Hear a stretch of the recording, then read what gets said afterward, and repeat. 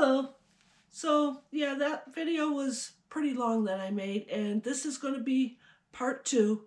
Here I'm talking about different numbers. The first part of the video is all about geocaching, and then I talk about national parks. And the third part of the video is where I get into the numbers of the trip, miles and costs and things like that. Then there's a little bit of a summary, and at the very end you can see all the numbers that were a part of this trip.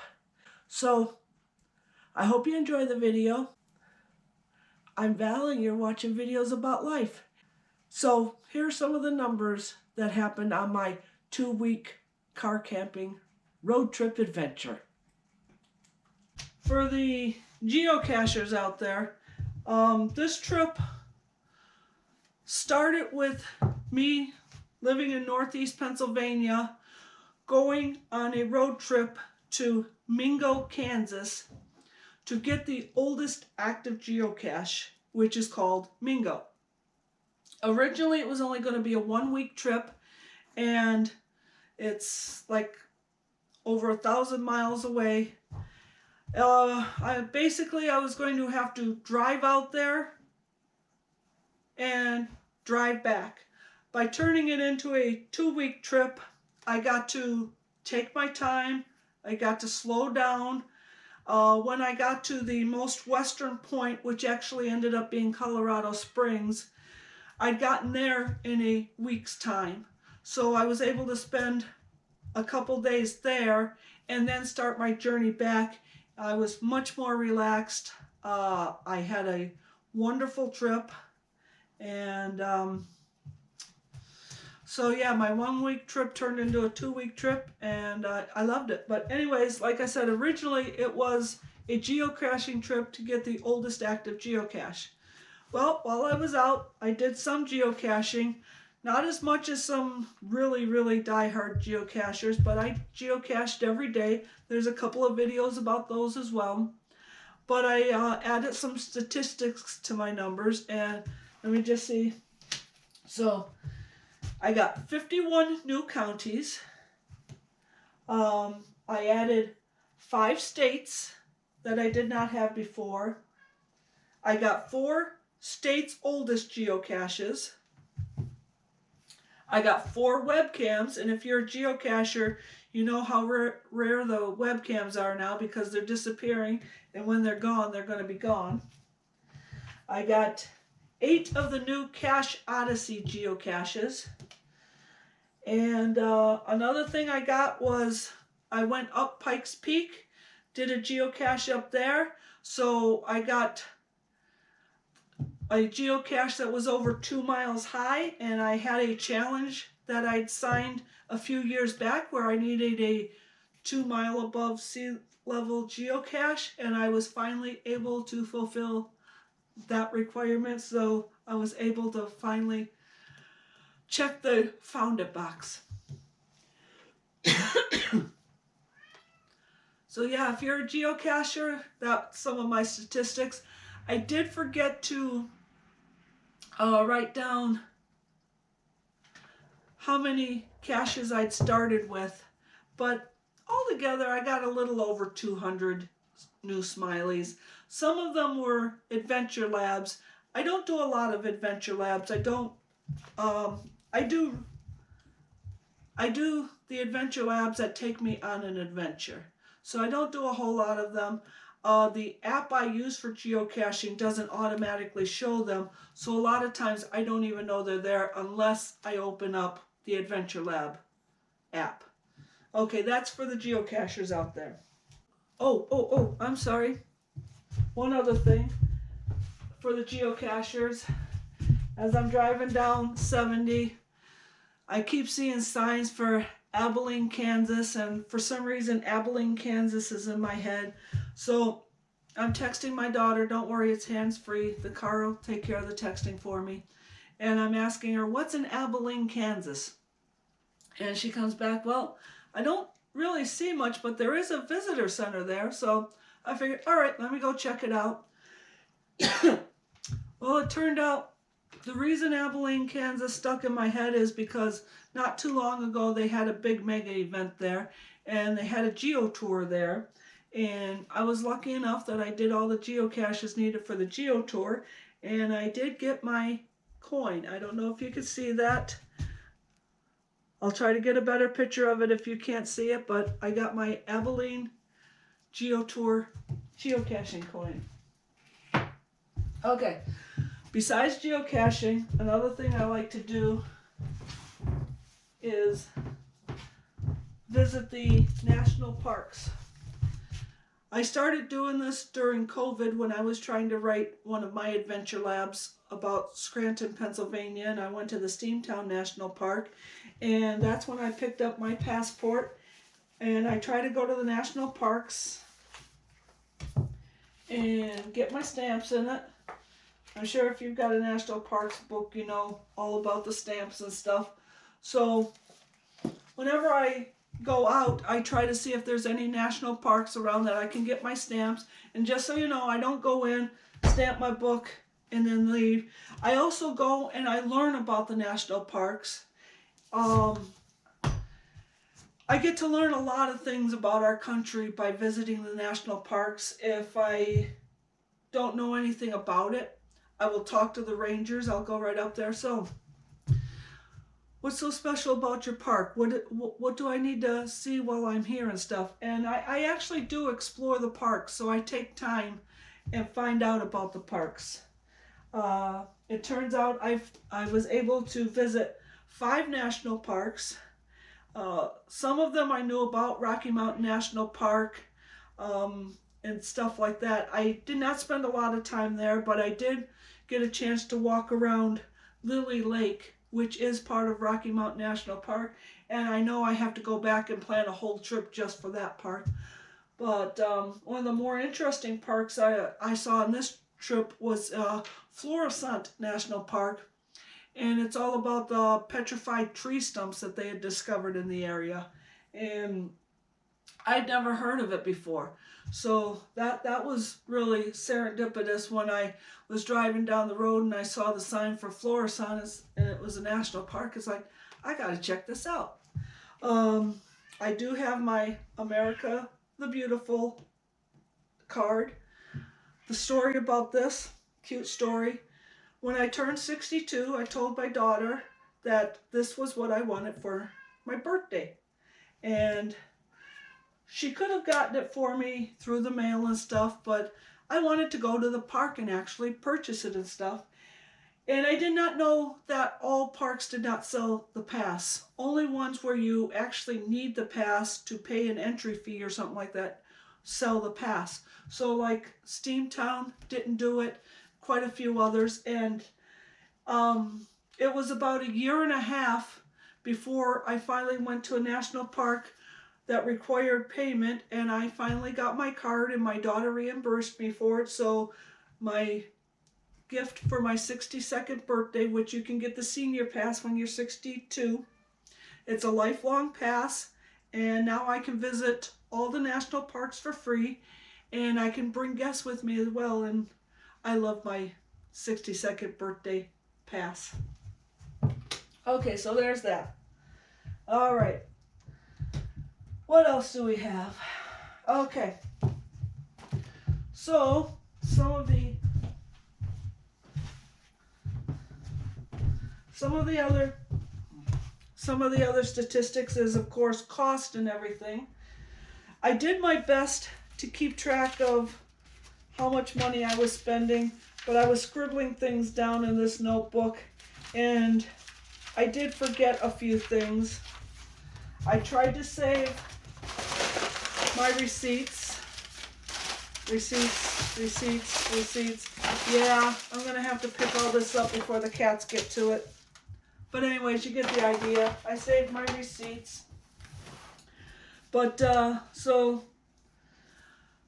I left on Sunday. I was gone for 14 days.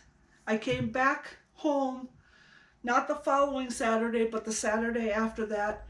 And so it was 14 days and 13 nights. During this trip, I Stayed in motels twice. I thought I was only going to stay once during the week, but when I got to Abilene, I realized I wanted to spend more time there, and there were no places for me to car camp or anything, and I needed to do laundry. So I got a motel and I stayed there. And then in Colorado Springs, the place that I was going to car camp was right next to a stadium, and they had an event going on, so I could not get to the place I wanted to be, and it was like, it's dark out and everything, so I got another motel room. And so I stayed in motels twice, and I car camped in one night in the city park of Adair, Kansas. So my hotels and my car camping came out to be $142. I stayed 4 nights in Cracker Barrel, and whenever I stayed in Cracker Barrel, I ate there. I usually ate breakfast, and I ended up with the breakfast and the tip and everything. It averaged $20 per meal, but one meal I went a little over, and I ended up spending $82 altogether in Cracker Barrel. Not just the one night, but the one day I got something a little extra, and instead of $20, it was $22. For, let's see, gas.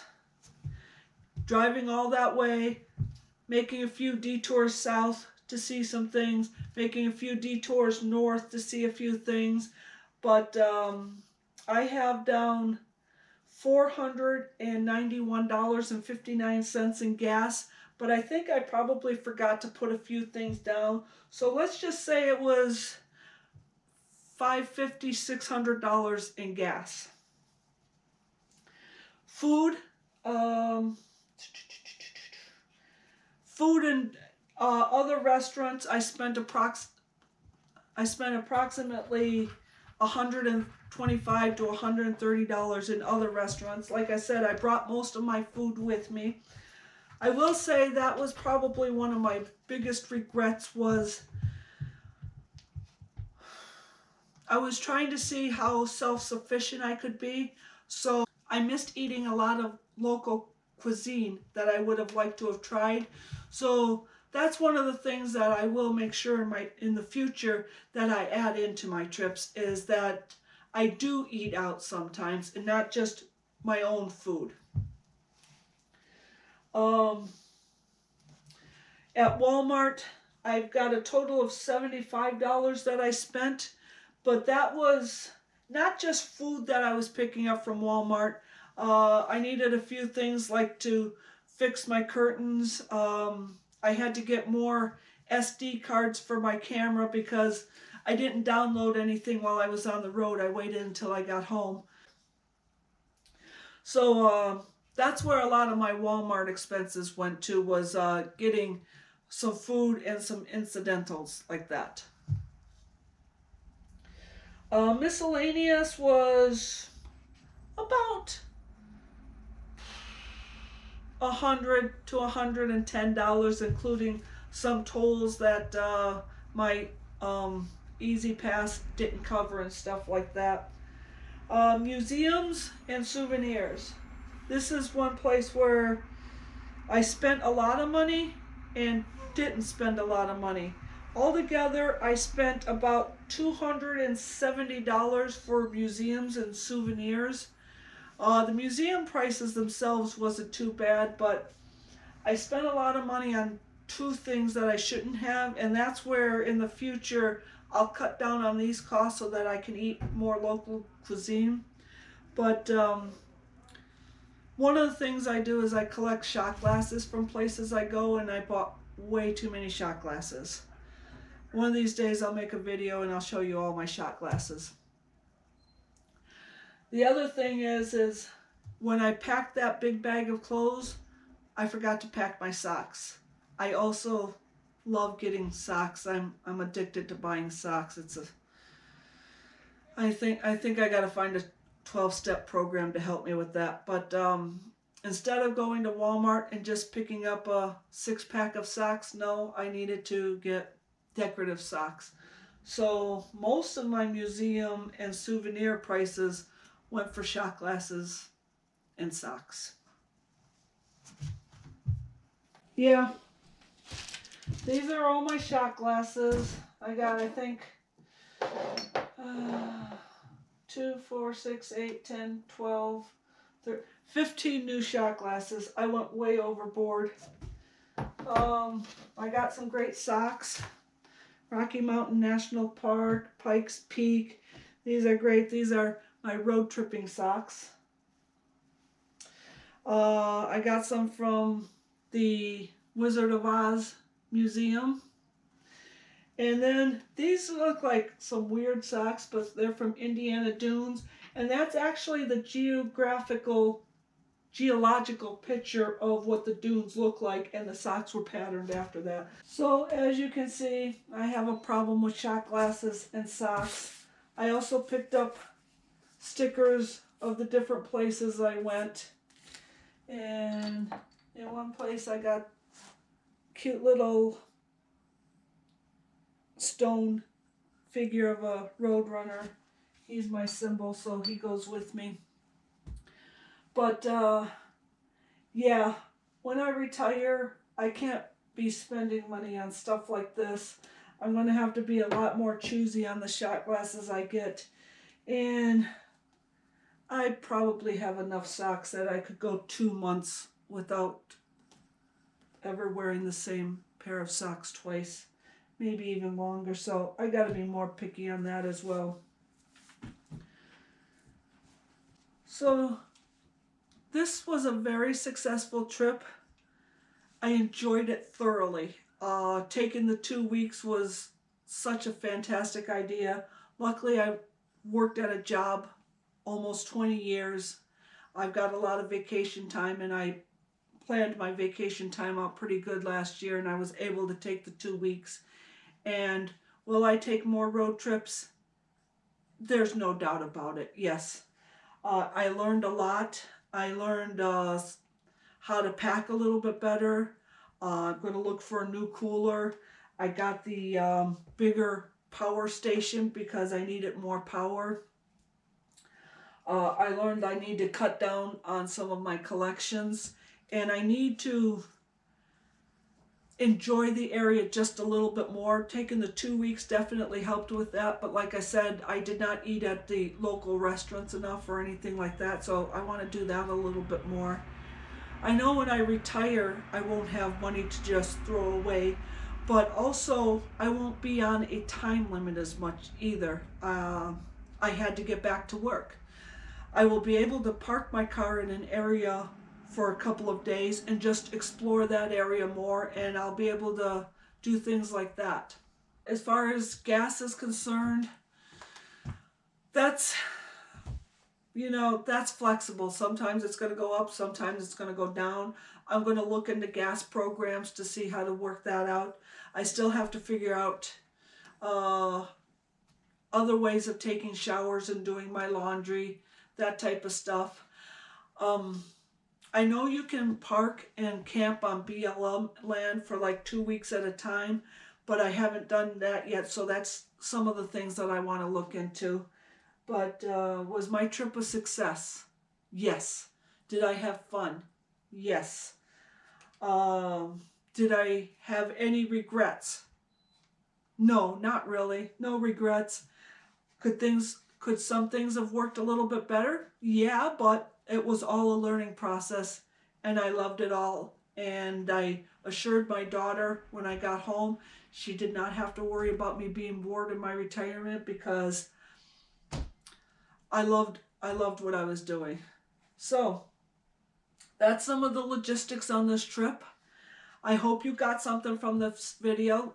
If you did, like I said, please like below, subscribe to the channel. If you've seen some of my videos, you know I've talked about my trip. I've talked about my camping equipment and my car camping and stuff. I talk about all kinds of things in my video. I even did my intro to my channel while I was on this trip. When I was on Pikes Peak, I had to pull over and let my brakes cool down a little bit. And with the backdrop of Pikes Peak, it was perfect, and that's where I did the intro to this channel. But yeah, I'm Val, and you're watching videos about life, and well, I'll see you next time. Bye-bye.